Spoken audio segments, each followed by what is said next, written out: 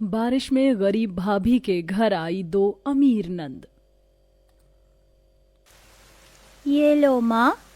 माँ, कब तक हमें यूं ही बाल्टी भर भर के घर से पानी बाहर निकालना होगा? मैं बहुत थक गई हूँ। हाँ माँ, बहुत भूख भी लग रही है। आपने कहा था शाम को आप हमें खाना दोगी। खाना दो ना माँ। हाँ बच्चों, बस ये सारा पानी घर से निकाल दो, फिर मैं तुम दोनों को खाना बना कर दूंगी। छत से बार बार टपक रही बारिश की वजह से पूरे घर में पानी भर चुका था।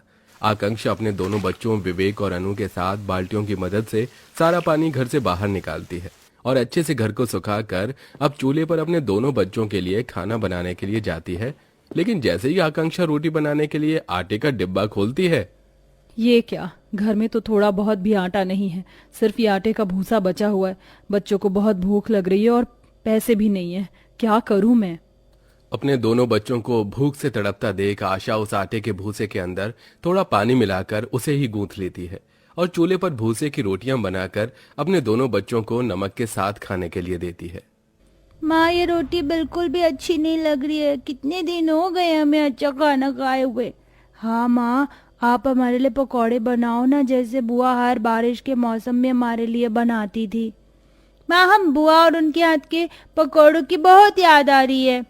अपने दोनों बच्चों की बात सुन आकांक्षा की आंखों में आंसू आ जाते हैं, जिसके चलते आकांक्षा अपने बीते हुए कल को सोचने लगती है।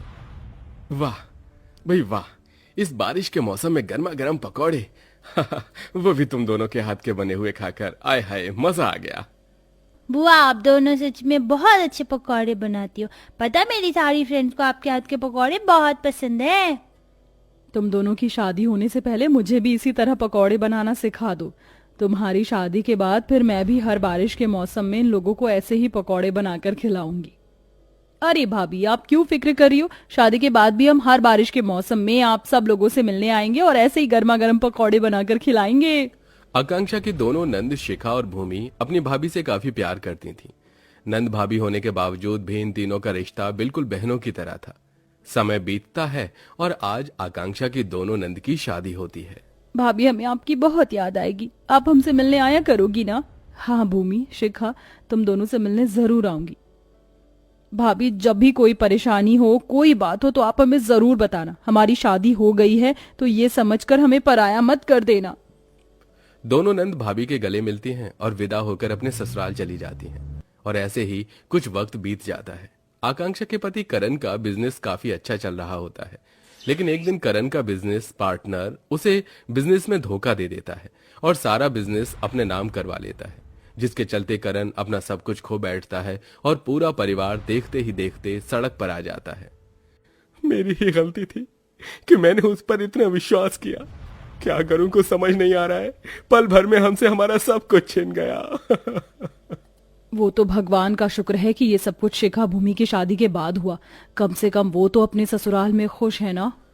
अपनी दोनों नंद की शादीशुदा जिंदगी में किसी तरह की कोई परेशानी ना हो, इसलिए आकांक्षा अपनी नंद को इस बारे में कुछ नहीं बताती। वहीं करण मजदूरी का काम करना शुरू कर देता है। रोज की तरह काम खत्म कर करण घर लौट रहा होता है।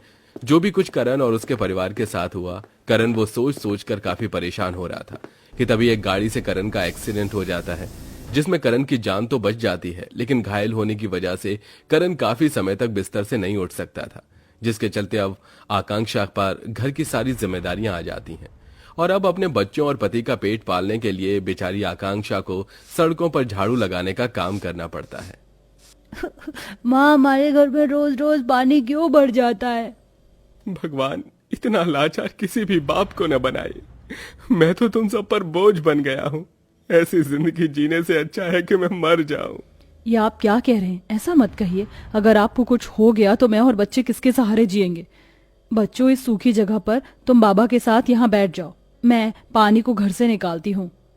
भारी बारिश होने की वजह से सारी रात आकांक्षा घर से पानी बाहर निकालने में ही बिता देती है। सुबह होने के साथ साथ धीरे धीरे बारिश भी कम होने लगती है।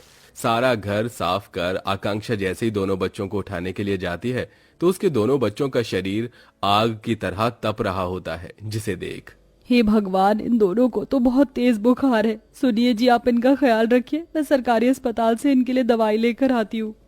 आकांक्षा सरकारी अस्पताल से दवाई तो ले आती है, लेकिन आकांक्षा जानती थी कि खाली पेट दवाई खाने का उसके बच्चों पर कोई असर नहीं होगा, जिसके चलते आकांक्षा अब खाना मांगने के लिए अपनी पड़ोस में रह रही मंजू के पास जाती है। मैं तुम्हें खाना दे तो दूंगी, लेकिन मुफ्त में नहीं। सबसे पहले तुम्हें मेरे आंगन की सफाई करनी होगी, फिर मेरे घर के सारे काम, उसी के बाद मैं तुम्हें कुछ खाने के लिए दूंगी। अपने दोनों बच्चों की ऐसी हालत देखकर आकांक्षा मंजू के कहे हुए सारे काम करती है, जिसके बदले मंजू आकांक्षा को थोड़े से चावल दे देती है और उन्हीं को उबालकर आकांक्षा अपने बच्चों को खिलाकर दवाई खिला देती है। जहां एक तरफ भाभी को इस बारिश के मौसम में इतनी सारी परेशानियां झेलनी पड़ रही थीं, पूरा परिवार खाना खाने के लिए तरस रहा था, वहीं दूसरी तरफ शिखा और भूमि। बारिश के मौसम में जब तक गर्मा गर्म पकौड़े ना खाओ तब तक बारिश के मौसम का असली मजा आता ही नहीं है, लेकिन ये बारिश का मौसम और पकौड़े अधूरे अधूरे से लग रहे हैं। मैं जानती हूँ तुम्हें भैया भाभी और बच्चों की बहुत याद आ रही है। याद तो मुझे भी उनकी काफी आ रही है। कितना टाइम हो गया ना हमें उनसे मिले हुए। एक काम करते हैं, किसी दिन प्लान करते हैं और उनसे मिलने के लिए चलते हैं। उनसे मिलकर हम उन सबको सरप्राइज देंगे। सुनिए जी, सड़कों पर झाड़ू लगाकर मुश्किल के दिन के 50 रुपए कमा पाती हूँ। ऐसे में इस बारिश के मौसम में गुजारा करना हमारे लिए आसान नहीं होगा, इसलिए मैं सोच रही थी क्यों ना अब मैं कंस्ट्रक्शन की जगह पर मजदूरी का काम शुरू कर दूं। मेरी एक गलती की वजह से मेरे परिवार की क्या हालत हो गई है। काश मैं तुम्हारी मदद कर पाता। कितनी अकेली हो गई हो तुम। किसने कहा मैं अकेली हूँ? आप जो मेरे साथ हैं, अगर आज भगवान ने हमें दुख के दिन दिए हैं तो कल वो सुख के दिन भी देगा। आकांक्षा कंस्ट्रक्शन साइट पर ईंट और मलबा ढोने का काम करती है। साथ ही आकांक्षा को अपनी नंदों की याद भी काफी ज्यादा सताती है। भगवान जाने मेरी दोनों नंद कैसी होंगी। वो खुश तो होंगी ना अपने ससुराल में। बहुत याद आ रही है मुझे उनकी। काश सब कुछ ठीक होता तो मैं उनसे मिलने के लिए जाती, लेकिन मेरे हालात देखो, चाह कर भी अपनी ननद से मिल नहीं पा रही हूँ। आकांक्षा अपनी नंद को याद करते हुए काफी रोती है और ऐसे ही कुछ दिन गुजर जाते हैं। भूमि, शिखा, शाम को हमारी कंस्ट्रक्शन साइट पर आ जाना। नई कंपनी की स्टार्टिंग के लिए हमने पूजा रखी है। ठीक है। शाम होते ही भूमि, शिखा अपने पति की न्यू कंपनी की कंस्ट्रक्शन साइट पर आ जाती हैं और पूरी साइट को अच्छे से देखने लगती हैं। भूमि, इस साइट तो हमने अच्छे से देख लिया, अब पीछे की साइड चलते हैं। शिखा और भूमि जिस कंस्ट्रक्शन साइट पर होती हैं, दरअसल इसी कंस्ट्रक्शन साइट पर आकांक्षा मलबा ढोने का काम कर रही थी। दोनों नंद जैसे ही कंस्ट्रक्शन साइट के बैक साइड पर जाती हैं तो अपनी भाभी को मलबा ढोते हुए देख लेती हैं, जिसे देख उन दोनों को अपनी आंखों पर यकीन नहीं होता। भूमि, ये तो आकांक्षा भाभी हैं। हाँ, लेकिन यहाँ पर इन मजदूरों के साथ काम क्यों कर रही हैं? दोनों नंद को अपनी आंखों पर विश्वास नहीं होता, जिसके बाद वो कंस्ट्रक्शन साइट के डीलर के पास जाती हैं और उससे आकांक्षा के बारे में सब कुछ पता करती हैं। मैडम, क्या बताऊं इस बेचारी के बारे में। इसका पति बीमार हालत में बिस्तर पर पड़ा है। इस बेचारी को ही ये मजदूरी का काम करके अपना और अपने बच्चों का पेट पालना होता है। बड़े ही दुख झेल रही है ये। ऐसी जिंदगी तो भगवान किसी दुश्मन को भी ना दे। डीलर की बात सुन दोनों नंद अपनी भैया भाभी के बारे में सब कुछ पता करती हैं, जिससे उन्हें सब कुछ मालूम हो जाता है। और अब दोनों अपनी भैया भाभी से मिलने के लिए उनके छोटे से घर में जाते हैं और देखते हैं कि कैसे बारिश में उनकी छत टपक रही है। उनका भाई बीमार हालत में बिस्तर पर पड़ा है और दोनों बच्चे भूख से रो रहे हैं।